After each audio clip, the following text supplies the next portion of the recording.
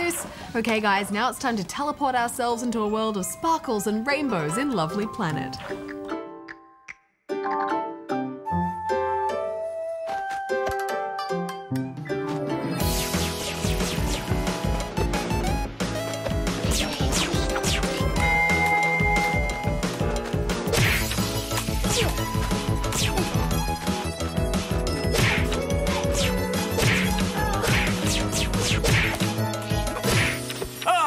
Guys, I did not expect this game to be so difficult. It suckered me in with its sunshine and cuteness, but then it forced me to restart over and over and over again for the tiniest of mistakes. Oh.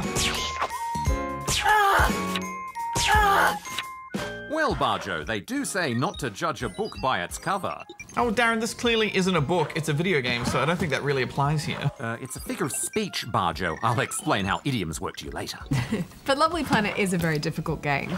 It mixes first-person platforming and shooting together into tricky little obstacle courses. The graphics are super basic, but it has a retro charm. Yeah, I agree. It reminded me of those first video games that went to 3D. It's all solid colours and bright cartoony landscapes, and I found the whole experience quite nostalgic. As you play through the levels, you'll find many sneaky enemies lurking around blind corners. So, unless you have robotic reflexes like mine, it's a good idea to watch a tour of the level before you jump in. Good advice, Darren. The enemies did surprise me from time to time, but it's the innocent objects that threw me the most. Oh, that red jelly looks inviting. I wonder what it does. Oh, I see. Game over, try again. I think the platforming sections in first-person shooters are always a bit fiddly. It's just hard to judge where you're going to jump to. But especially in this game, because you arrive at these bits where if you shoot the platform the enemy is standing on, the platform disappears and you have to restart. Oh, it was so hard. Yeah, there's a real trial and error vibe about this game, isn't there? You kind of just have to play around with everything and see what happens. What was up with those apples? I know what you mean, Bajo. This game has flying apples. Flying apples that somehow kill you when they hit the ground, even if you're nowhere near them.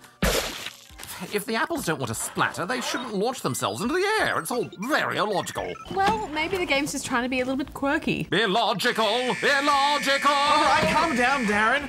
You are right, though. This game doesn't make much sense. But I found once I got used to its style, I really enjoyed perfecting each course and getting the fastest clear time I could. Yeah, it's a little bit like an FPS take on Trials Evolution. You'll have to restart many times, but at least you'll do a little bit better each time.